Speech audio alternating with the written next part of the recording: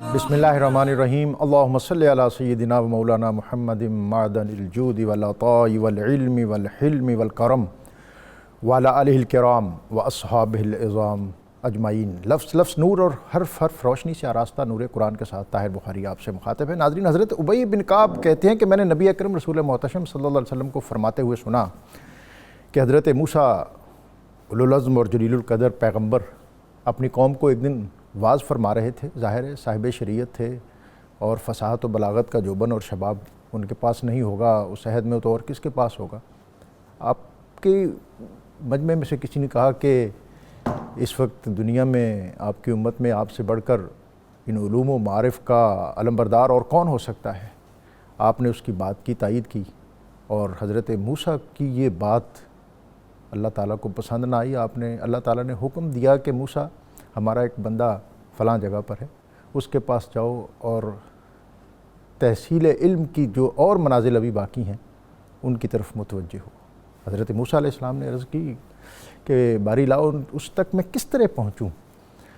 فرمایا ایک ٹوکری میں مچھلی رکھ لو اور وہ جس مقام پر دو دریا ملتے ہوں اور وہاں وہ مچھلی جو ہے وہ ٹوکری سے نکل کر باہر کوئی راستہ اختیار کرے تو اس راستے کے پیچھے تم بھی چلنا اور تمہیں وہ ہستی اور وہ شخصیت مل جائے گی۔ حضرت موسیٰ علیہ السلام، سورہ کہف میں 8ویں رکوع سے یہ بات شروع ہو رہی ہے۔ حضرت موسیٰ علیہ السلام نے اپنے ساتھی یوشع بن نون جو ہر وقت آپ کی خدمت میں حاضر رہتے تھے ان کو ساتھ لیا۔ وَإِذْ قَالَ مُوسَىٰ لِفَتَاهُ، اور جب کہا موسیٰ نے اپنے نوجوان ساتھی سے، وہاں سے روانہ ہوئے اور بالآخر مختلف مراحل طے کرتے ہوئے وہ حضرت خضر علیہ السلام کی خدمت میں پہنچے۔ جو بات میں عرض کرنا چاہتا ہوں وہ یہ ہے کہ وقت کا پیغمبر ہو اور تحصیل علم کا معاملہ ہو تو اس کو بھی چل کے استاد کے پاس پہنچنا پڑتا ہے۔ یہ علم کا پروٹوکول ہے، یہ استاد کا اعزاز اور اکرام ہے۔ اور یہاں تک کا جو دوسرا سبق ہے وہ یہ ہے کہ آپ کے ساتھ جو لوگ منسلک ہوں، جو متوسلین ہوں، جو متعلقین ہوں، ان کے اعزاز اور اکرام کا خیال رکھنا چاہیے۔ یوشع بن نون، ان کو یہ آپ کے خادم تھے اور خادم کہہ کر بھی مخاطب کیا جا سکتا تھا، لیکن فتح کا لفظ آیا ہے اور عربی میں فتح جو ہے یہ صرف جوان یا نوجوان کے لیے نہیں بلکہ ایسا جوان جس کے اندر علم و حکمت بھی ہو، ادب و احترام بھی ہو اور جس کے اندر عصمت اور رفعت بھی ہو۔ اور ہمارے ہاں جو نبی اکرم رسول محتشم صلی اللہ علیہ وسلم کے اصحاب ہیں ان میں سے بطور خاص باب مدینۃ العلم حضرت علی المرتضیٰ کرم اللہ تعالیٰ وجہ الکریم کے بارے میں یہ بات مشہور ہے، لا فتح الا علی لا سیف الا ذوالفقار۔ تو یوشع بن نون کو اس اعزاز اور اکرام کے ساتھ قرآن میں مخاطب کیا۔ آج ہمارا موضوع جو ہے وہ علم ہے اور استاد کے حقوق کیا ہیں، تحصیل علم کے لیے کیا پیرایہ اختیار کیا جانا چاہیے اور شاگرد کی ذمہ داریاں کیا ہیں اور استاد کی ذمہ داریاں کیا ہیں، شاگرد کے حقوق کیا ہیں اور قرآن کے حقوق کیا ہیں، نبی اکرم رسول محتشم صلی اللہ علیہ وسلم کا اسوہ اس میں کیا ہے۔ اور ایک علوم تکوینیہ کی حامل ہستی کی خدمت میں جب اپنے وقت کا پیغمبر وہ حاضر ہوتا ہے تو وہ کیا پیرایہ اختیار کرتا ہے۔ یہ واقعہ ظاہر ہے بہت طویل ہے، جیسا کہ میں نے اشارہ کر دیا کہ قرآن پاک کی سورہ کہف کے 8ویں رکوع سے یہ بات شروع ہو رہی ہے اور محض واقعات اور ان کی طوالت بیان کرنا مقصد نہیں ہے، ان سے نتیجہ اخذ کرتے ہوئے ہم بات کو آگے بڑھاتے ہیں قرآنی تعلیمات کی روشنی میں استاد کے حقوق۔ اور آج ہمارے ساتھ موجود ہوں گے ہمیشہ کی طرح بہت محترم بیرسٹر سید وسیم الحسن نقوی، پروفیسر عین الحق بغدادی، حافظ محمد انعام الحق۔ اللہ رب العزت کی بارگاہ میں اختتام پر ہدیہ حمد پیش کریں گے ہمیں، اور ان کی طرف جانے سے قبل آج کا اسم گرامی العلیم، ہر چیز کا علم رکھنے والا۔ حدیث میں ہے کہ بے شک اللہ تعالیٰ کے 99 نام ہیں، صحیح بخاری میں ہے، بے شک اللہ تعالیٰ کے 99 نام ہیں، جس نے ان ناموں کو یاد کیا وہ جنت میں داخل ہوگا۔ اور اسی میں ہے کہ اللہ تعالیٰ طاق ہے اور طاق چیزوں کو پسند کرتا ہے۔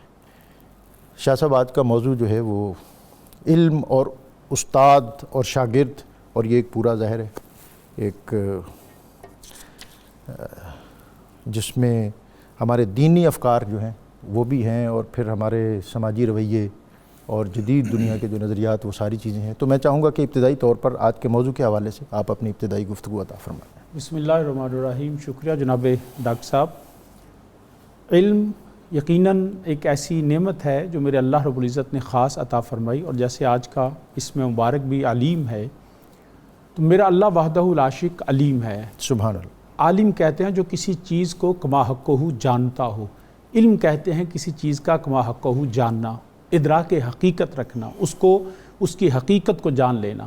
اسی لیے قرآن کریم میں اللہ وحدہ لا شریک جو ہے وہ علیم کہا گیا، اس کو عارف نہیں کہا گیا، کیونکہ لوگ عرفان کو بھی شاید علم کے متبادل لفظ لے لیتے ہیں. اسی طرح شعور سے کام لیتے ہیں، لیکن علم کا درجہ شعور اور عرفان سے بہت اوپر ہے. عرفان بندے کا ہو سکتا ہے کہ وہ جیسے شعور ہے، شعور اس کے شاعر کہتے ہیں جو شعور سے کام لیتے ہیں، لیکن شعور بھٹک سکتا ہے. اسی طرح لیکن علم جو ہے وہ یقین کا نام ہے، اور وحی کا علم جو ہے وہ سب سے یقینی علم ہے. علم حقیقی اور علم اصلی ہے وہی جو بذریعہ وحی آتا ہے. تو اس لیے اللہ رب العزت علیم ہے. الرحمن علم القرآن، رب ذوالجلال نے الرحمن نے تعلیم دی ہے، انسان کو سکھایا. اسی طرح پہلے انسان جب تخلیق کیے گئے، قرآن کریم میں آتا ہے وَعَلَّمَ آدَمَ الْأَسْمَاءَ كُلَّهَا. رب ذوالجلال نے حضرت آدم علیہ السلام کو جو فضیلت عطا فرمائی، حالانکہ عبادت گزار فرشتے لاکھوں سال پہلے عبادت کرتے رہے، تخلیق میں بھی پہلے تھے، مگر فضیلت آدم علیہ السلام کی ایک وجہ جو تھی وہ آپ کا علم تھا. جب رب ذوالجلال نے ان کو علم عطا فرمایا، اور اس علم کی وجہ سے تمام ملائکہ کو اللہ رب العزت نے حکم دیا وَإِذْ قُلْنَا لِلْمَلَائِكَةِ اسْجُدُوا لِآدَمَ فَسَجَدُوا إِلَّا إِبْلِيسَ. تو تمام عابدوں کو، عبادت گزاروں کو علم کی تعظیم اور اس کے سامنے جھکنا پڑا. تو اس لیے سیدنا آدم، اسی طرح رسول کائنات صلی اللہ علیہ وسلم، اس اللہ رب العزت نے جو ان کو بھی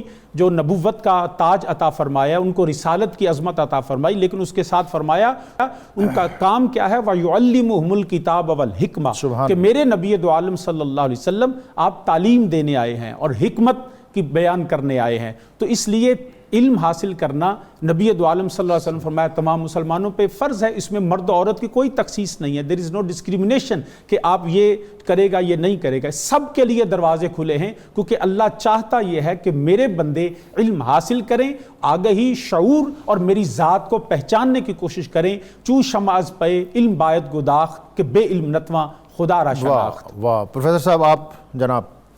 بسم اللہ الرحمن الرحیم. بہت شکریہ جی، اور بڑا پیارا موضوع ہے آج آپ کا. استاد بنیادی طور پہ ایک وہ روشن چراغ ہے جس سے تاریک راہوں کو روشنی ملتی ہے. سبحان اللہ. اور پھر استاد ہے وہ جو بھولی بٹکی اور انسانیت کو جہالت کے اندھیروں سے نکالتا ہے، اور پھر اس کو ہدایت کے راستے پہ اور منزل پر گامزن کرتا ہے. اور پھر یہ استاد بڑا خوبصورت پھول ہے کہ جس کی خوشبو سے یہ ہمارا معاشرہ امن و سلامتی پاتا ہے. سبحان اللہ. تو یہاں پر استاد ہے کیونکہ تو سکندر اعظم سے کسی نے پوچھا تھا کہ آپ اپنے استاد کا احترام بڑا کرتے ہیں، بعض اوقات لگتا ہے اپنے والدین سے بھی بڑھ کے کرتے ہیں. تو انہوں نے جواب یہ دیا تھا کہ میرے والدین مجھے آسمان کی رفتوں سے زمین پر لانے کا سبب بنے. واہ. اور میرا استاد وہ ہے جو مجھے ان زمین کی پستیوں سے نکال کر دوبارہ آسمان کی ان رفتوں تک لے گیا. سبحان اللہ. تو اس لیے استاد کا ایک بڑا احترام ہے. سبحان اللہ. جیسا کہ انہوں نے بات کی بھی کہ سب سے پہلی نسبت جو ہے علم کی اور تعلیم و تعلم کی وہ اللہ رب العزت نے اپنی طرف کر دی. وَعَلَّمَ آدَمَ الْأَسْمَاءَ کے ذریعے کہ اللہ رب العزت نے سب سے پہلے حضرت آدم کو وہ اسماء سکھائے، علم سکھایا. سبحان اللہ. تو گویا کہ سب سے پہلا معلم وہ اللہ رب العزت کی ذات ہے. اس کے بعد جب نبوت کی باری آتی ہے تو ہم تمام انبیاء کرام جو کم و بیش 1,24,000 کے قریب آئے، وہ سب کے سب ڈاکٹر صاحب معلم تھے، مربی تھے، اور وہ تزکیہ کرنے والے تھے. جب حضور نبی کریم صلی اللہ علیہ وسلم کی جن 4 مقاصد کے لیے آپ کی بعثت ہوتی ہے، جو حضرت ابراہیم علیہ السلام کی وہ دعا تھی کہ ربنا وابعث فیہم رسولا منہم یتلو علیہم آیاتک ویعلمہم الکتاب والحکمہ ویزکیہم. سبحان تو اللہ. یہ جو 4 مقاصد تھے اس کے اندر وہ سارے تعلیم و تعلم کے ہیں کہ قرآن کی وہ تعلیم دیں گے، اس کی آیات کی تلاوت کریں گے، تعلیم حکمت دیں گے، اور پھر ان کا ساتھ میں تزکیہ کریں گے. تو چاروں مقاصد بھی آپ علیہ الصلوۃ والسلام کی بعثت کے تعلیم و تعلم سے تعلق رکھتے ہیں، اس لیے یہ ان کی فضیلت ہے. آپ علیہ الصلوۃ والسلام علم کی فضیلت کے اوپر مسجد میں تشریف لاتے ہیں. 2 محفلیں ہیں وہاں پہ، محفل ذکر ہے اور محفل علم ہے. تو آپ علیہ الصلوۃ والسلام تھوڑی سی دیر کے لیے محفل ذکر میں تشریف فرما ہوتے ہیں. اور پھر وہاں سے اٹھ کر محفل علم کی طرف جاتے ہوئے یہ فرماتے ہوئے جاتے ہیں وَبُعِثْتُ مُعَلِّمًا، مجھے معلم بنا کر بھیجا گیا ہے۔ سبحان اللہ۔ تو گویا کہ آپ کا یہ فرمان مبارک بھی استاد کی جو فضیلت ہے یہ اس کو بیان کرتا ہے۔ اور آپ علیہ الصلوۃ والسلام کا یہ فرمان اقدس کہ صرف 2 ایسی ہستیاں ہیں جن کو شرف ملتا ہے اور جن کے شرف کے اوپر رشک بھی ہے۔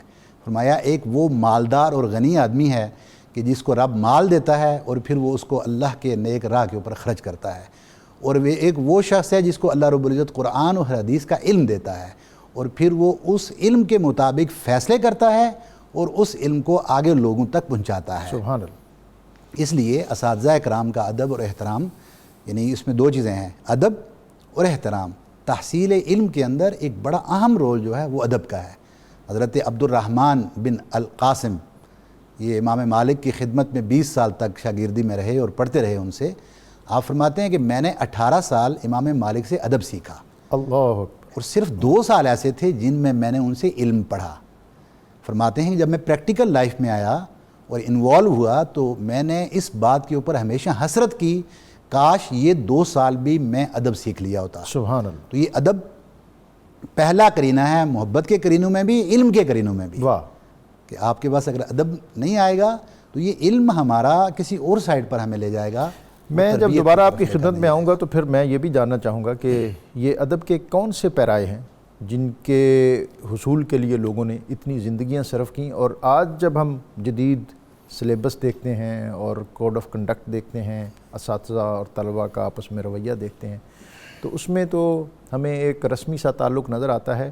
وہ چیز جس روح کی طرف آپ اشارہ کر رہے ہیں وہ ہمیں اس وقت مفقود نظر آتی ہے، اور اس کو پیدا کرنے کے لیے ہمیں کیا کرنا چاہیے؟ شاہ صاحب، یہ جو استاد ہے، جیسا پروفیسر صاحب نے کہا کہ انسان کو زمین کی پستیوں سے افلاک کی بلندیوں تک لے جانے والا فرد اور ہستی، کیا یہ محض ایک سرکاری ملازم ہے، کسی اور جگہ پر کوئی ذمہ داری جس کو تفویض ہوئی ہے، کوئی پروفیسر ہے، یا یہ کوئی ایسا منصب ہے کہ جس کے ساتھ وابستہ ہوئے بغیر ہم علم کی منزلیں طے نہیں کر سکتے؟ ڈاکٹر صاحب، حقیقت تو یہی ہے کہ اس کا جاب ہونا، پروفیشن ہونا اب یہ ہو چکا ہے، لیکن حقیقت میں یہ ایک منصب ہے، اور یہ منصب نبوت کے ساتھ اللہ نے اپنے انبیاء کو عطا فرمایا۔ سبحان اللہ۔ اور اس لیے ہر نبی کا کام یہ تھا لوگوں کو ہدایت دینا، ان کو ایجوکیٹ کرنا، اور نہ صرف ایجوکیٹ کرنا بلکہ جو ڈاکٹر صاحب بھی فرما رہے تھے، پروفیسر صاحب بھی، کہ اللہ رب العزت تعلیم پہلا معلم اللہ وحدہ لا شریک ہے، لیکن اس کا تعلیم دینے کا انداز کیا ہے؟ قرآن کریم میں تو یہ بھی فرمایا کہ اللہ رب العزت نے انسان کو قلم کے ذریعے سے علم عطا فرمایا، علم الانسان ما لم یعلم، جو اس کو نہیں جانتا تھا میرے اللہ نے وہ انسان اور جو پہلی وحی ہے وہ تو اسلام، ہمارا جو نبی اکرم صلی اللہ علیہ وسلم کی جو بعثت اور اس کے بعد پہلی وحی جو ہے اس کا تو نقطہ آغاز ہی اقرا ہے۔ اقرا، بالکل اسی طرح علمہ البیان، میرے رب نے ان کو ایکسپریس کرنے کا طریقہ بتایا۔ لیکن اب یہ جو علم ہے یہ اللہ نے انسانیت میں اس کی انسٹنکٹ، اس کو ودیت کر دیا، اس کی جبلت میں رکھ دیا ہے۔ اس کا قرآن کریم میں ایک بڑا واقعہ آتا ہے کہ جب سورہ المائدہ کے اندر کہ جب شکار کے لیے کتوں کو سدھایا جاتا ہے تو قرآن کریم اللہ فرماتا ہے وَمَا عَلَّمْتُم مِّنَ الْجَوَارِحِ مُقَلِّبِينَ تُعَلِّمُونَهُنَّ مِمَّا عَلَّمَكُمُ اللَّهُ، کہ فرمایا جس طرح تم شکاری جانور کو سدھا لیتے ہو تو یہ اللہ نے تمہیں سکھایا ہے۔ اب وہ اس کو کیسے اللہ نے سکھایا؟ وہ اللہ نے انسان کے اندر یہ صلاحیت رکھ دی۔ تو بنیادی طور پہ اللہ نے انبیاء اور انبیاء نے اپنی امتوں کو اور لوگوں کو یہ چیز سکھا دی ہے، ان کو پالش کرنا، ان کے اندر جو صلاحیتیں ہیں ان کے ذریعے سے ان کو سامنے لے آنا۔ جیسے کہ اصحاب رسول صلی اللہ علیہ وسلم اسی علاقے میں رہتے تھے، اسی قوم میں رہتے تھے، لیکن ان کو کچھ پتہ نہیں تھا، جینے کا، کھانے کا ڈھنگ نہیں آتا تھا، پہننے کا سلیقہ نہیں آتا تھا، گفتگو کے آداب نہیں آتے تھے، ان کو لوگوں کو ملنے جلنے کا کوئی سوشل ان کے لیے کوئی لاز نہیں تھے۔ لیکن رسول کائنات صلی اللہ علیہ وسلم نے انہی لوگوں کو جب ایجوکیٹ کیا تو وہی لوگ پھر دنیا کے سامنے ایک قیادت بن کے ابھرے۔ تو یہ ہے ایک معلم کا کام، اور وہ اس لوگوں کو ایسے پیرائے میں اس طرح تیار کر دینا کہ وہ یوں سمجھ لیجئے کہ ایک جو ہے وہ ہیرے کو گھڑ کے لوگوں کے سامنے رکھ دینا گڈ پریزنٹیشن کے ساتھ. تو یہ استاد کا ایک کام ہوتا ہے. صرف یہ نہیں کہ جس طرح طوطے کی طرح رٹ لگوا دینا. استاد ایک ایسا منصب ہے جو ان گھڑے ہوئوں کو گھڑ کے لوگوں کے سامنے پیش کرتا ہے, اور وہ لوگ دنیا کی قیادت کرتے ہیں. جس طرح ابو بکر صدیق رضی اللہ تعالیٰ, عمر فاروق رضی اللہ تعالیٰ, عثمان غنی, حضرت عمر فاروق, اب ان کی جرت, ان کی بہادری, ان کے سب کچھ ہونے کے باوجود لیکن وہ تراشا کس نے؟ وہ نبی دو عالم صلی اللہ علیہ وسلم کی غلامی نے. میرے آقا دو عالم صلی اللہ علیہ وسلم نے ان کو تراشا. اسی طرح حضرت مولا کائنات آپ نبی علیہ الصلوۃ والسلام کی صحبت میں رہے, بچپن سے میرے نبی علیہ الصلوۃ والسلام کے تھے, اسی لیے فرمائیے اب جو ہے انا مدینۃ العلم وعلی بابھا, علی کو میں نے اس طرح تیار کر دیا ہے کہ علی کے بغیر تم علم حاصل نہیں کر سکتے ہو. تو پھر علی اور مرتضیٰ نے آگے نحو کا علم, صرف کا علم, یہ ساری چیزیں کہاں سے ہمیں ملی ہیں؟ یہ مولا کائنات کے در سے ملی ہیں. اور علی کو تیار کس نے کیا؟ وہ معلم کائنات نے تیار کیا تھا. تو بنیادی طور پہ استاد کا کام ہوتا ہے کہ عام لوگوں کو دیکھیں. اس کے لیے سارے جو ہیں وہ اسٹوڈنٹس برابر ہوتے ہیں. اس میں تخصیص نہیں ہوتی کہ اس کا فیورٹزم نہیں ہوتا کہ یہ میرا فیورٹ چائلڈ ہے. اس کے لیے تمام برابر ہوتے ہیں. یہ استاد کی سب سے بڑی خوبی ہے. ان میں سے پھر وہ سب کے لیے جیسے بارش برستی ہے تو وہ کسی ایک خاص ٹکڑے پہ نہیں برستی, وہ سب کے لیے یکساں ہوتی ہے. سورج نکلتا ہے تو سب کے لیے یکساں ہوتا ہے. استاد بھی سب کے لیے یکساں ہوتا ہے. بارہ کے چھینٹے جس طرح نشیب پہ پڑھتے ہیں اسی طرح فراز پہ پڑھتے ہیں. لیکن ظاہر ہے ایک چیز جو ہے ہر انسان کا ظرف اپنا اپنا ہے کہ وہ اپنی دامن طلب کو کس طرح پھیلاتا ہے اور اپنا کشکول جو ہے وہ کس طرح اس منزل میں پیش کرتا ہے. آپ نے باب مدینۃ العلم حضرت علی المرتضیٰ کا تذکرہ کیا اور آپ نے فرمایا کہ میرے استاد کا حق مجھ پر فائق ہے. وہ چاہے مجھے فروخت کر دے, چاہے مجھے آزاد کر دے, اور چاہے مجھے ہمیشہ کے لیے, جس نے ایک لفظ بھی پڑھایا. جناب پروفیسر صاحب, ایک تو ادب والا جو ایشو ہے جو آپ نے فرمایا کہ ادب جو ہے یہ 18 سال, آپ ظاہر ہے اب عام آدمی میرے جیسے جو کم فہم ہے اس کی سمجھ میں تو یہ نہیں آ سکتا کہ 18 سال ادب جو ہے یہ سیکھا ہے یا ادب پڑھا ہے. کیا اس سے ادب سے مراد لٹریچر ہے یا اس سے مراد وہ مینر ہیں جو تحصیل علم کے لیے لازم ہونے چاہیے؟ اور اب یہ جو جدید تعلیم ہے, ہمارے ادارے ہیں, ہمارے دینی ایک وہ پروٹوکول ہے جو ہمارے دینی مدارس کا ہے. استاد بیٹھتا ہے, بچے بیٹھ جاتے ہیں, استاد کھڑا ہوتا ہے, اسٹوڈنٹ کھڑے ہو جاتے ہیں, وہ چلتا ہے تو وہ پیچھے چل پڑتا ہے. ایک اب ہمارے جدید تعلیمی ادارے ہیں کہ استاد کلاس روم میں ہے, ٹائم لیکچر کا ختم ہوا ہے, اس کے بعد وہ کنٹین پہ بیٹھ کر ہاتھ بھی مار رہے ہیں, گپ شپ بھی کر رہے ہیں. اور میں یہ شعر اکثر پڑھتا ہوں کہ سعادت روح کی کس چیز میں ہے آپ کیا جانیں, کہ کالج میں کوئی اس علم کا ماہر نہیں ملتا, وہ جس سے دل کی کھیتیاں وہ نرم اور گداز ہوں اور پھر وہاں علم و حکمت کے پھول کھلیں. وہ ہمیں منظر اور مظہر ملے تو کہاں سے ملے؟ اور اقبال نے بھی شکوہ کیا تھا کہ چشم بینا سے ہے جاری جوئے خون, علم حاضر سے ہے دین زار و زبوں. اور اس سے بھی پہلے اس نے کہا پڑھ لیے میں نے علوم شرق و غرب, روح میں باقی ہے اب تک درد و کرب. اور پھر وہ مرید ہندی اور پیر رومی کا یہ مکالمہ ہے. پھر پیر رومی کہتے ہیں کہ علم را بر تن زنی مارے بود, علم را بر دل زنی یار. کیا تعلق ہے استاد اور شاگرد کا اور کیا ہونا چاہیے؟ ایک تو وہ ہے کہ جو ایک مثالی چیز ہے, اور ایک ہے جو حقیقت میں آج ہم دیکھ رہے ہیں. وہاں ہمارے لیے رہنمائی کوئی ایسی عطا کیجیے جس سے ہماری یہ نسل نو وہ ایسی کسی صراط مستقیم پر چڑھ جائے جس میں اس کے لیے برکتوں کا کوئی پیغام آئے. ڈاکٹر صاحب دیکھیں, ہمارے لیے جو مشعل راہ ہے اور جہاں سے ہم نے ہدایت لینی ہے وہ ہمارے لیے دستور حیات قرآن عظیم ہے, سبحان اللہ, اور پھر سنت نبی صلی اللہ علیہ وسلم ہے.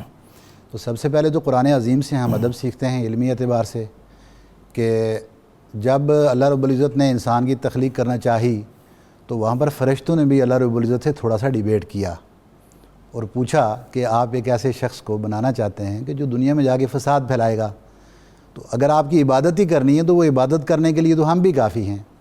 تو اللہ رب العزت نے ایک بڑا پیارا وہاں پر جواب ان کو دیا تھا کہ انی اعلم ما لا تعلمون. یہ لفظ اعلم فوق کل ذی علم علیم, سبحان اللہ, یہ اس کی تعبیر تھی.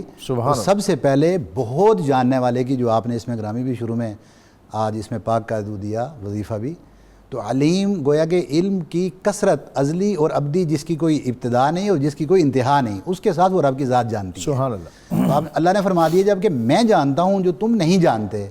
تو فرشتوں نے اللہ رب العزت کی تابعداری میں اور اس کے علیم ہونے میں اور اس کی حکمتوں کے تحت وہاں پہ سرنڈر کر دیا اور ڈیبیٹ پر فردر نہیں گئے، تو وہ مقبول ٹھہرے اللہ کی بارگاہ میں۔ اسی جگہ پر شیطان بھی تھا، لیکن شیطان نے لاجکس کے ساتھ پورا ڈیبیٹ کیا کہ آدم مٹی سے بنا ہے، مٹی میں پستی ہوتی ہے، وہ نیچے کی طرف جاتی ہے، مجھے آگ سے بنایا گیا ہے، آگ کے اندر رفت ہے، وہ بلندی کی طرف جاتی ہے، یہ کیسے ممکن ہے کہ جو بلندی کی صفت جس کے اندر پائی جائے وہ کسی پستی والی صفت کے آگے جھک جائے؟ واہ، تو اس نے یہ ڈیبیٹ کیا رب کی ذات کے ساتھ، تو اللہ رب العزت نے وہ جو پہلی صفت بیان کی تھی نا کہ انی اعلم ما لا تعالی، جو میں جانتا ہوں وہ آپ نہیں جانتے، تو جب دیکھا اپنی اس علیم ہونے کے ناطے کہ یہ تو ڈیبیٹ کی طرف چلا گیا ہے، یہ تابعداری کی طرف آنے والا نہیں، اور کوئی نہ کوئی ذی علم کسی علیم کے آگے سرنڈر ضرور کرتا ہے، وہ سرنڈر نہیں کر رہا، یعنی وہ اس کے علاوہ چارہ ہی کوئی نہیں، وہ تربیت والے پہلو پہ نہیں آ رہا، رہا، وہ ہر ممکن صورت میں اپنے اوپر والے علم کے ساتھ بھی ڈیبیٹ کرنا چاہتا ہے، رب کی بارگاہ سے مردود ٹھہرا۔ ڈاکٹر صاحب ہمیں جو درس یہاں سے ملتا ہے وہ یہ ملتا ہے کہ علم تکبر سکھاتا ہے، اگر اس کے ساتھ تربیت شامل ہو جائے تو وہ رہنمائی پر لے جاتی ہے، وہ منزل تک پہنچا دیتی ہے۔ یہی کمال تھا کہ جب مقاصد نبوت طے کیے گئے قرآن عظیم کے اندر، تو ان میں دو تعلیم کے تھے، دو تزکیہ کے تھے، حکمت اور تزکیہ۔ حکمت بھی مخفی چیز ہے، بظاہر حکمت ڈاکٹر صاحب آپ کی حکمت کیا ہے، آپ کے الفاظ کی حکمت کیا ہے میں نہیں جانتا۔ ایسے ہی صوفیاء کرام جو اللہ رب العزت کی طرف سے اور علم باطنی کے حضور علیہ السلام کی طرف سے وارث ہیں، اب ان کے علوم کی حکمتیں ہم اپنی لاجکس کے ذریعے جاننے کی کوشش کرتے ہیں۔ تو اگر آپ کائنات کی ہر چیز کو لاجک کے ذریعے سمجھنے کی کوشش کریں گے تو یہ بھی کسی لیول پر، ایک لیول پر، یعنی جب کوئی بھی چیز حد کراس کرتی ہے نا تو وہاں سزا آتی ہے، تو کسی لیول پر جا کر یہ بھی انسان کے لیے سوء ادب بن جاتا ہے۔ تو گویا کہ جس طرح شاگرد حضور نبی کریم صلی اللہ علیہ وسلم کی محفل میں بیٹھتے تھے، صحابہ اکرام کے سروں پہ گویا پرندے بیٹھ گئے ہیں، سر نہیں ہلاتے تھے۔ اور امام شافعی فرماتے ہیں کہ امام مالک کی جو محفل ہوا کرتی تھی مجلس علم، وہ فرماتے ہیں کہ بڑی باوقار مجلس ہوتی تھی۔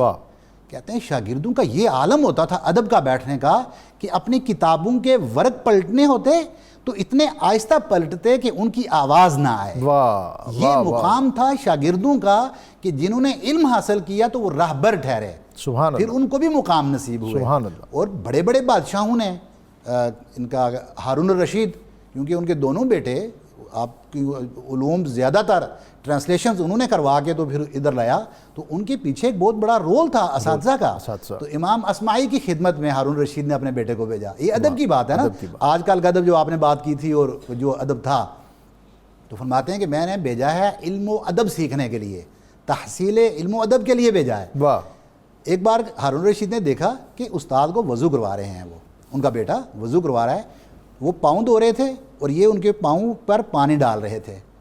تو ہارون رشید نے بیٹے کو کہا کہ بیٹا میں نے آپ کو علم اور ادب کی تحصیل کے لیے بھیجا ہے۔ انہوں نے پوچھا ادب تو یہی ہے کہ میں استاد کو وضو کروا رہا ہوں؟ کہا نہیں، ادب یہ ہے کہ ایک ہاتھ سے پانی ڈالو، ایک ہاتھ سے استاد کا پاؤں مل کے دھو، یہ ادب ہے۔ آج ہم استاد کا پاؤں دھونا تو دور کی بات ہے، استادوں کے القابات ہیں، کلاسوں کے اندر لوگوں نے اساتذہ کے نام الٹے اور القابات رکھے ہوئے ہیں۔ جب اس روش کے اوپر ہم چلیں گے تو علم ہماری طرف نہیں آئے گا، وہ والا علم ہوگا جو شیطان کو رب کی بارگاہ میں سے مردود کرنے کا حقدار ٹھہرا تھا۔ علم کیا ہے ڈاکٹر صاحب؟ A positive change in behaviour. علم کی ایک مختصر سی تعریف کی جاتی ہے، a positive change in behaviour. اگر میں نے 50 سال ہو گئے مجھے، میں نے پڑھ لیا ہے اور میرا علم میرے کردار کے اندر مثبت تبدیلی نہیں لا سکا، تو ڈاکٹر صاحب وہ علم نہیں ہے، وہ میری کمرشل ایجوکیشن ہے، میرے پیٹ کے لیے ہے، میں صرف پیٹ پالنے کے لیے کر رہا ہوں۔ اس لیے صوفیاء کرام نے فرمایا تھا علم کو، انہوں نے کہا کہ علم صرف وہ ہے جو رب کی معرفت کی طرف ہے۔ اگر آپ میتھمیٹکس پڑھ رہے ہیں، فزکس، بایو پڑھ رہے ہیں، لیکن ان کے اندر آپ کو رب کی معرفت مل رہی ہے تو وہ آپ کا علم ہے۔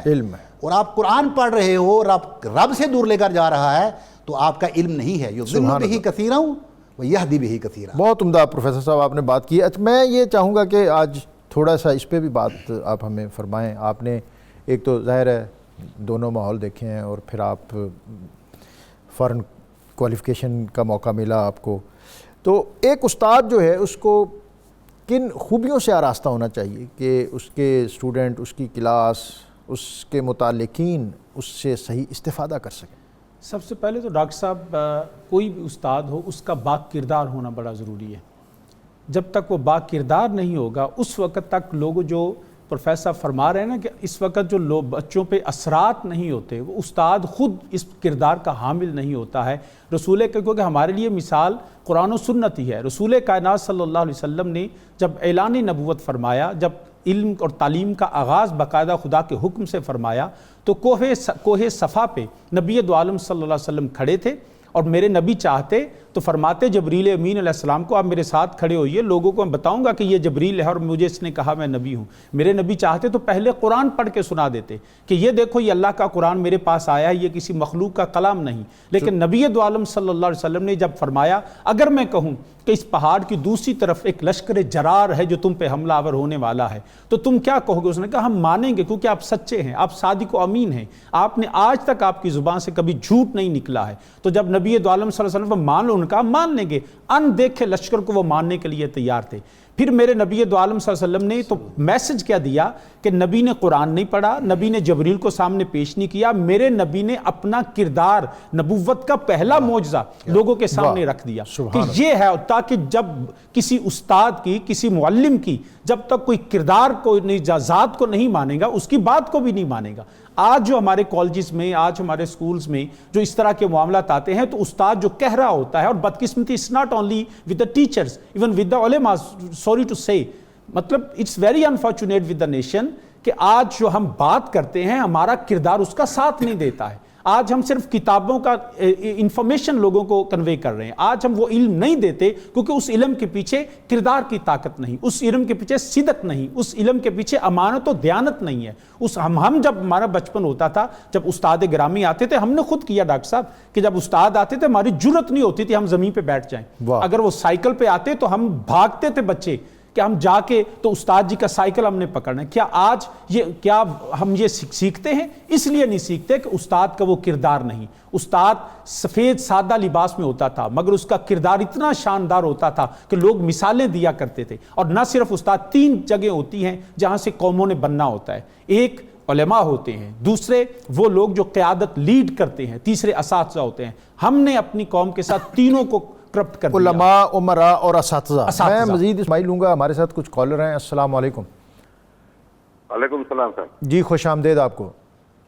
میں جاوید قائم خانی بات کر رہا ہوں. سر بات یہ کہ ایک تو اساتذہ ہیں مدرسوں کے, ایک ہیں کالجوں کے, یونیورسٹیوں کے, ان کے حقوق کے بارے میں. دوسرا کیا پچھلے دور میں بھی لوگ جو تعلیم ہے وہ پیسوں سے دی جاتی ہے جیسے آج دی جاتی ہے, اور جو پیسوں سے تعلیم دی جاتی ہے اس کے اساتذہ کے کیا حقوق ہیں؟ جی بہت شکریہ. ہم اپنے علماء سے اس پر رہنمائی لیں گے کہ آج کل تو ظاہر ہے سرکاری ادارے ہیں اور پھر سرکاری اداروں میں ایک سرکاری اہتمام ہے. تو گزشتہ ادوار جو ہیں جس عہد زرعی کا پروفیسر صاحب نے ذکر کیا ہے, شاہ صاحب نے ذکر کیا ہے, اس میں ہمارا نظام تدریس کس طرح تھا, یعنی اساتذہ اس منصب پر کس طرح رہنمائی کرتے تھے. ایک اور کالر ہیں ہمارے ساتھ, ڈاکٹر حبیب شاہ صاحب سرگودا جھاوریاں سے. مجھے یاد ہو گیا اب یہ جھاوریاں سے بات کرتے ہیں. شاہ صاحب خیریت ہے؟ جی الحمدللہ. رمضان میں بڑا مزہ آیا, سارے سادات اکٹھے ہوئے تھے. جی مہربانی جناب, شکریہ. پروگرام 92 پہ یہ سارے اعزاز ہیں. میرا سوال حضرت یہ تھا کہ علم لدنی پہ روشنی ڈالیں. علم لدنی کیا ہے یہ آپ پوچھیں گے. اور ایک اور کالر ہیں. السلام علیکم. وعلیکم السلام. خوش آمدید آپ کو جناب. کیا فرمائیں گے آج کے پروگرام کے حوالے سے, یا سوال کیا ہے؟ میں بھی ٹیچر ہوں. سوال یہ پوچھنا تھا کہ میں بہت زیادہ بچوں کے ساتھ محنت کرتا ہوں, تقریباً 30-32 سال میری سروس ہو چکی ہے, لیکن اس کے مقابلے میں دیکھا گیا ہے کہ جو ٹیچر اتنی بچوں کو توجہ نہیں دیتے جی, لیکن ان کا ریگارڈ زیادہ ہوتا ہے, اور ایسے اساتذہ کا ریگارڈ اب کم ہو گیا ہے جبکہ پہلے ایسا نہیں ہوتا تھا. یہ آپ کی بات جو ہے اس پر بھی ہم رہنمائی لیں گے کہ جو اساتذہ اخلاص, مروت اور محبت سے اپنے اسٹوڈنٹس جو ہیں ان کو اپنے بچے سمجھ کر پڑھاتے ہیں اور روحانی جذبوں کی آبیاری بھی کرتے ہیں. ہمارے ایک ٹیچر ہیں ولی الرحمان صاحب, انہوں نے کہا ہے کہ ان کی عزت اور قدر سوسائٹی میں اس سطح کی نہیں ہے.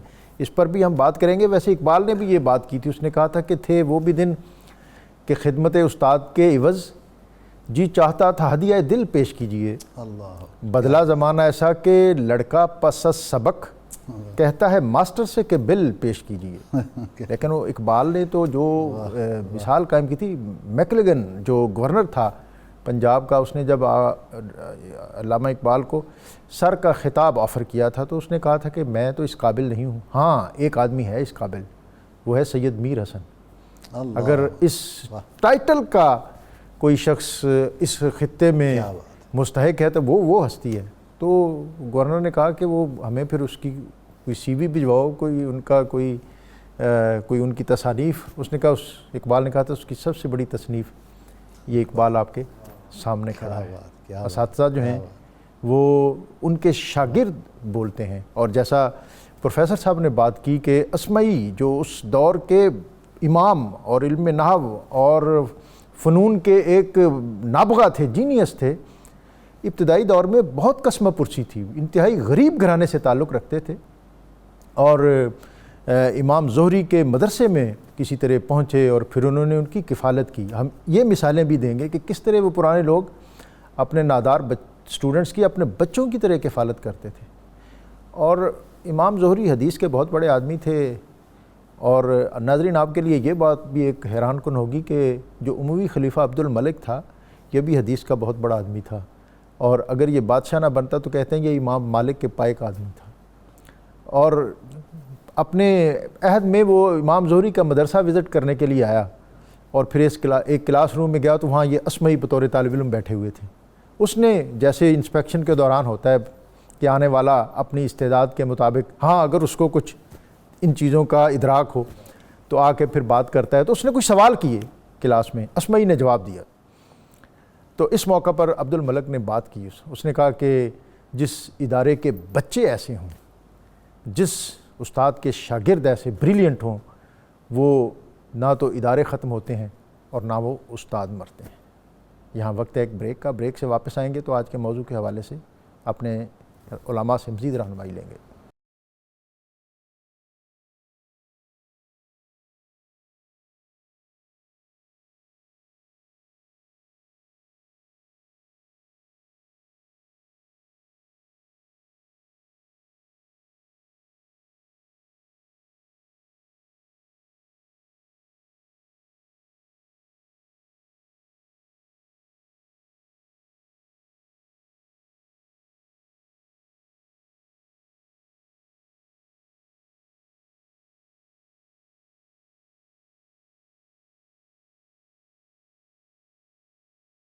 نور قرآن میں آپ کو ایک مرتبہ پھر خوش آمدید۔ آج ایک انتہائی اہم موضوع کہ استاد کے، ٹیچر کے حقوق کیا ہیں، اور قرآن و سنت ہمیں اس حوالے سے کیا رہنمائی اور روشنی اور کیا خطوط وضع کی ہیں، اور پروفیسر صاحب نے اور شاہ صاحب نے اس حوالے سے بریک سے قبل جو عمدہ باتیں کی ہیں، اس میں ایک بہت بنیادی بات شاہ صاحب نے کریکٹر اور کردار، اور پروفیسر صاحب نے کہ وہ تزکیہ اور طہارت، یعنی از خود وہ اس منصب پر فائز بھی ہو، اور پھر اس کے بعد جو لوگ اس سے منسلک ہوں گے وہی پھر ان راہوں پر چلیں گے۔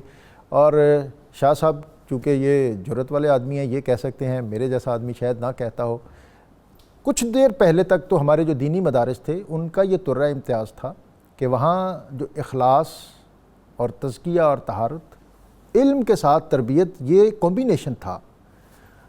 اب ظاہر ہے جو زمانے کے چلن ہیں ان میں یہ چیزیں تھوڑی کم ہوتی جا رہی ہیں، لیکن اس کے باوجود آج بھی میں نے کچھ عرصہ پہلے میں نے علماء جو پرانے تھے جن کے نام پر آج ادارے چلتے ہیں کہ تہجد کے وقت وہ اپنے بچوں کو، اپنے طلباء کو اٹھایا کرتے تھے۔ اور یہ بات جو میں بیان کر رہا ہوں یہ مجھے مولانا محب اللہ صاحبزادہ پیر محب اللہ نوری بصیر پور والے جو ہیں، انہوں نے اپنے والد جو فقیہ العصر تھے مولانا پیر محب اللہ نور اللہ بصیر پوری، انہوں نے یہ مجھے بتائی۔ انہوں نے کہا کہ میرے والد گرامی اپنے جو اسٹوڈنٹ ہوتے تھے ان کے ادارے میں پڑھنے والے، تہجد کے وقت ان کو اٹھاتے تھے، اور اٹھانے کا ان کا طریقہ یہ تھا کہ وہ ان کے پاؤں کو جنبش دیتے تھے۔ یہ نہیں ہے کہ استاد آیا اور پھر ایک کوہرام مچ گیا اور دروازے ٹوٹ رہے ہیں، اور پھر اتنی بڑی حضرت نور اللہ بصیر پوری جیسی شخصیت۔ تو یہ وہ ان کا کریکٹر تھا، وہ کردار تھا جس کے سانچے میں پھر ان کے طلبہ ڈھلتے تھے، اس لیے کہ یہ لوگ جو تھے ان کی کوئی اس نوعیت کی مادی ترجیحات نہیں تھیں، انہوں نے دین کو، علم کو اپنا اوڑھنا بچھونا بنایا، اور اس میں سراسر اخلاص ہی اخلاص تھا۔ ٹوٹی پھوٹی چٹائیوں پر بیٹھ کر اور روکھی سوکھی کھا کر ان لوگوں نے جو دین کی خدمت کی ہے، جو علم کی آبیاری کی ہے، وہ انسانیت کے لیے ایک مینارہ نور ہے۔ اور اس خطے کے اندر جو ہمارا اس وقت درس نظامی ہے، یہ ملا نظام الدین سہالوی 1748 میں ان کا یہ سال وصال ہے، اور انہوں نے یہ درس نظامی ترتیب دیا۔ بر صغیر میں جو موجودہ درسیات ہے، اس کے 4 مختلف ادوار ہیں، اور بر صغیر میں جس راستے سے اسلام آیا، یعنی غزنی اور یہ پشاور اور لاہور، اسی راستے سے ہمارا مدارس کا نظام بھی آیا، اور 4 مختلف ادوار کے بعد جو آخری دور جس کے تحت ترتیب شدہ درس نظامی کا نصاب آج کل ہمارے مدارس میں پڑھایا جا رہا ہے، یہ آخری نصاب ہے جس میں سے تصوف کا اخراج ہوا۔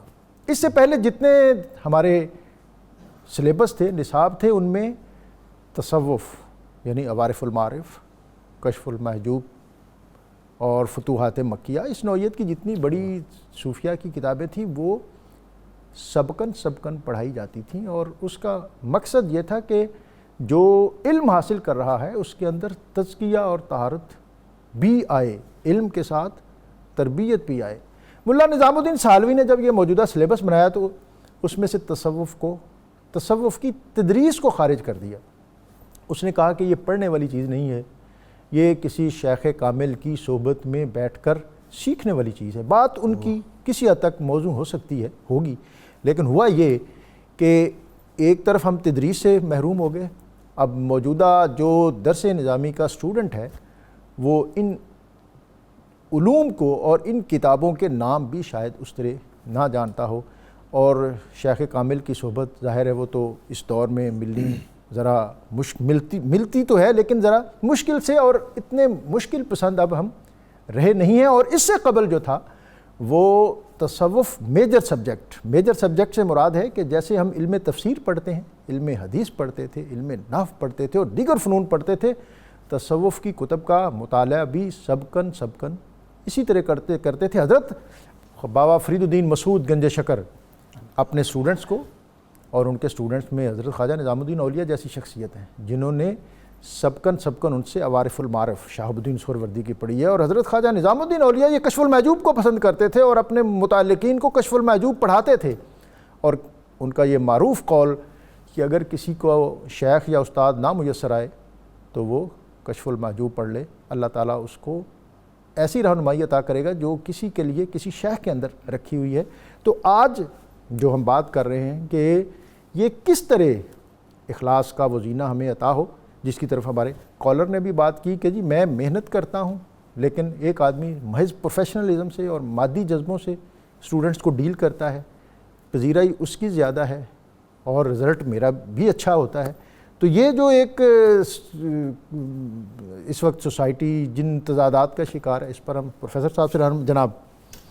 ڈاکٹر صاحب یہ جو ہے نا کہ مادیت پرستی اور فوری رزلٹ، یہ آج کل ہمارا معاشرہ ہو گیا شارٹ کٹس کے پیچھے، اور کیونکہ ترجیحات بدل گئی ہیں، پہلے علم ہوتا تھا لوگ اپنے کردار بدلنے کے لیے اور اخلاق بدلنے کے لیے سیکھتے تھے، آج علم ہے کہ میرا بیٹا پیسے کتنے کمائے گا، تو جب اس کو ہم نے کمرشل یعنی ترازو کے اندر تولنا شروع کر لیا تو وہ وہیں سے ہماری ویلیوز بدلنی شروع ہو گئیں۔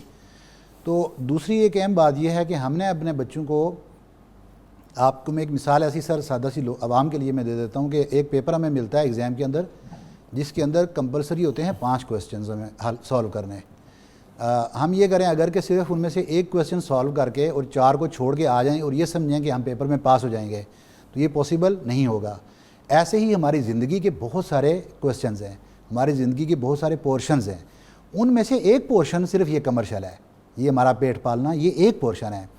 اب بچہ آپ کا ایجوکیشن کے اندر کس لیول کے اوپر فال کر رہا ہے، یہ ایک کویسچن ہے آپ کا بچہ اخلاق میں کہاں ہے، آپ کے بچے کی تربیت کہاں ہے، آپ کا بچہ سوسائٹی میں کہاں فال کر رہا ہے اور اس کی ویلیوز کیا ہیں، آپ نے ان تمام اس کے گھر کے اندر بہن بھائیوں کے ساتھ، اپنے ماں باپ کے ساتھ اس کی ڈیلنگ کیسی ہے، وہ رب کے ساتھ کیسا ہے، رب کی معرفت میں کیسا ہے، وہ احکام کی پابندی میں کیسا ہے، وہ اپنے رشتہ داروں میں ڈیلنگ کرنے میں کیسا ہے، یہ وہ تمام کویسچنز ہیں جن کا سلوشن ہمیں چاہیے۔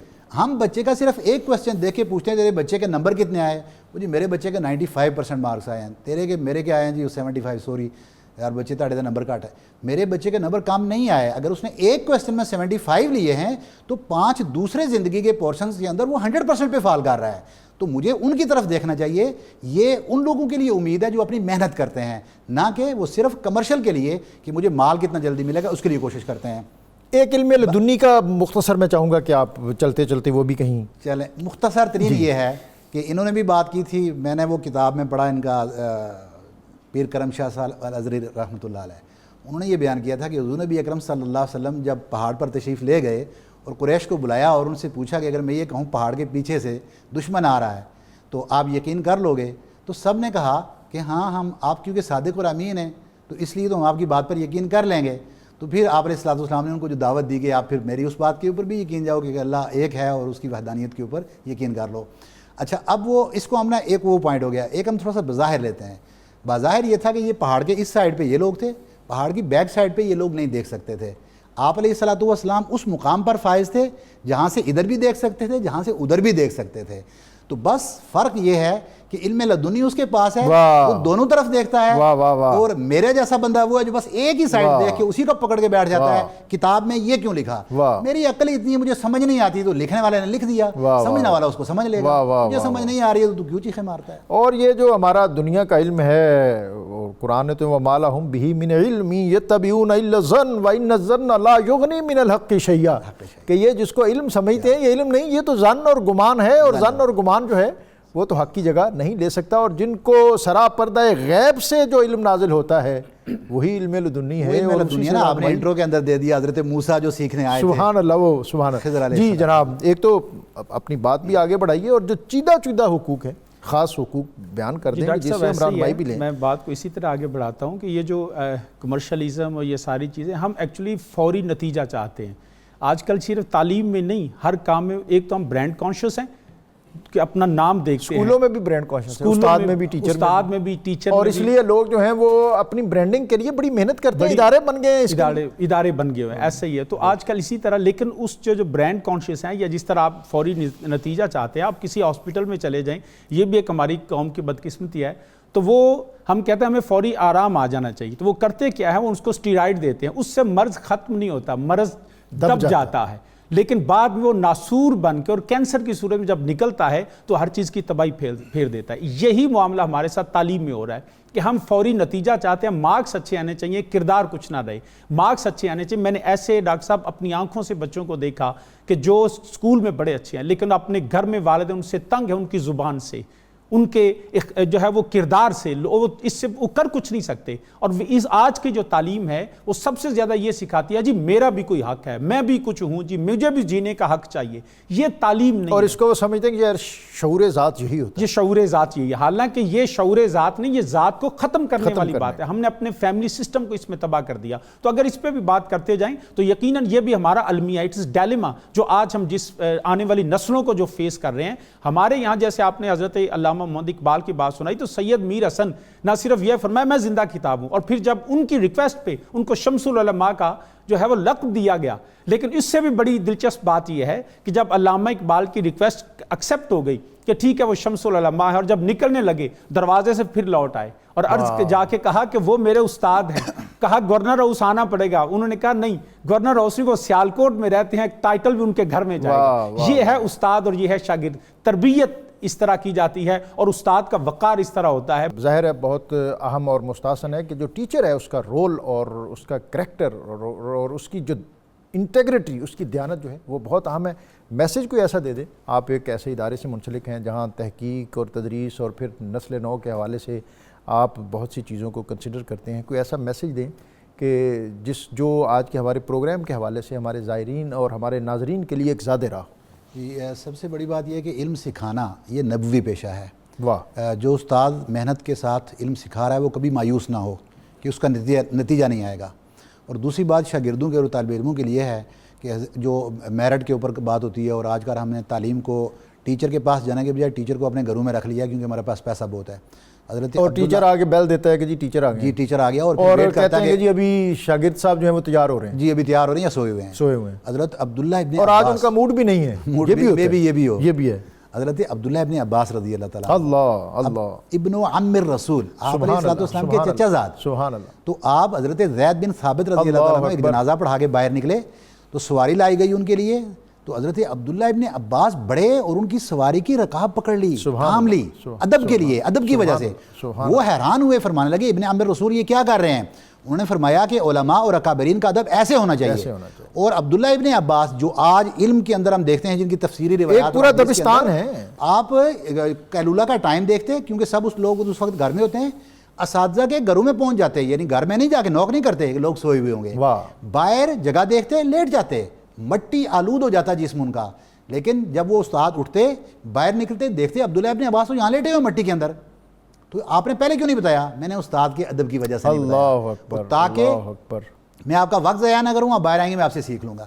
سیکھنے کا فن پیدا کریں شاگرد اپنے اندر. بہت بنیادی بات ہے کہ سیکھنے کا فن، اسلوب، کرینہ اور سلیقہ پیدا کریں. اور جو پروفیسر صاحب نے آخری بات کی کہ حضرت عبداللہ ابن عباس، انہوں نے جب ان کی سواری کی لگام تھامی تو پھر انہوں نے بھی اتر کر ان کے ہاتھوں کو بوسہ دیا کہ علم مجھے جو ملا ہے وہ تو آپ کے گھرانے کے سبب ملا ہے. اور پھر جس اسلوب اور انداز میں انہوں نے یہ ہمیں بتایا ہے، یقینی بات یہی ہے کہ ہمیں ادب اور احترام کے وہ پیرائے اختیار کرنے چاہیے. اور جیسا ایک ہمارے کالر نے یہ بھی پوچھا تھا کہ جو عہد اولی ہے جس کی ہم اتنی مثالیں دیتے ہیں، اس میں اساتذہ کا تعلق جو اپنے اسٹوڈنٹس کے ساتھ وہ اسی نوعیت کا تھا. اور حضرت بہت بڑے امام ابو یوسف انتہائی مفلوق الحال آدمی تھے، یتیم ہو گئے اور ان کے گھر میں ان کے علاوہ اس کے علاوہ کوئی چارہ نہیں تھا کہ بچہ جائے اور کما کے لائے.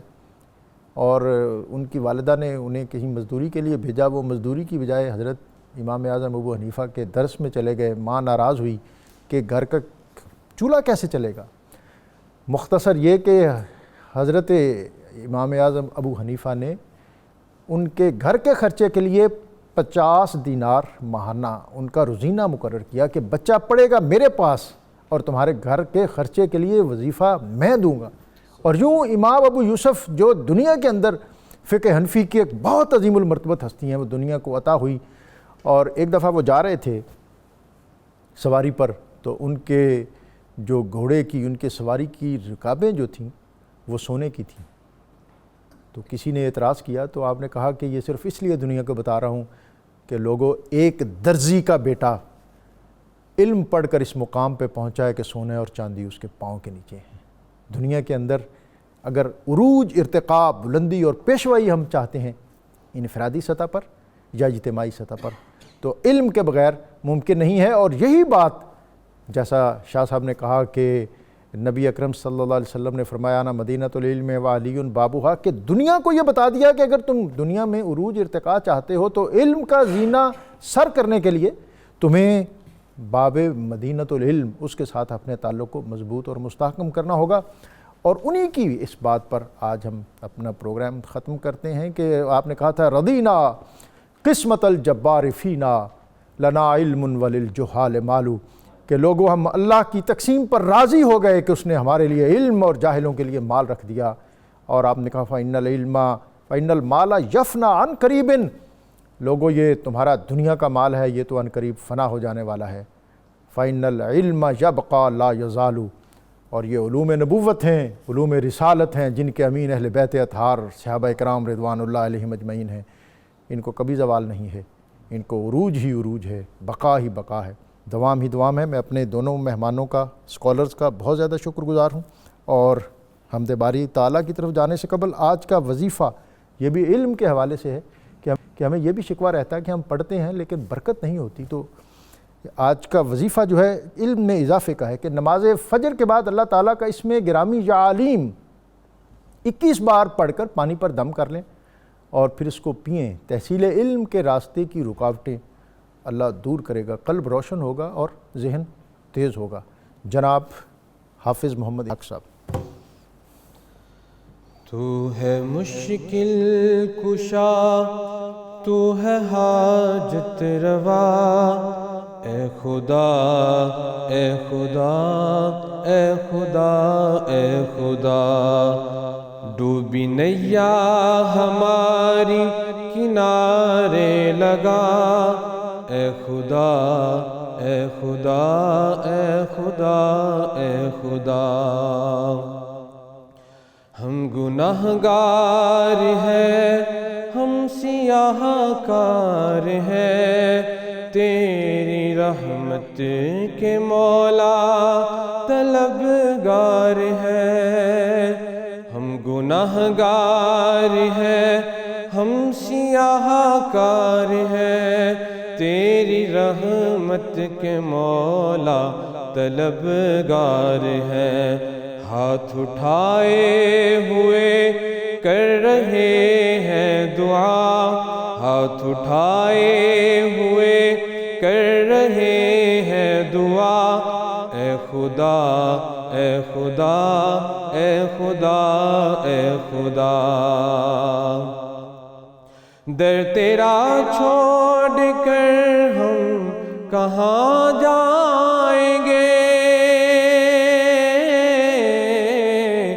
در تیرا چھوڑ کر ہم کہاں جائیں گے، جھولی اپنی کہاں جا کے پھیلائیں گے، غیر کے در پہ جانے سے ہم کو بچا، غیر کے در پہ جانے سے ہم کو بچا، اے خدا اے خدا اے خدا اے خدا۔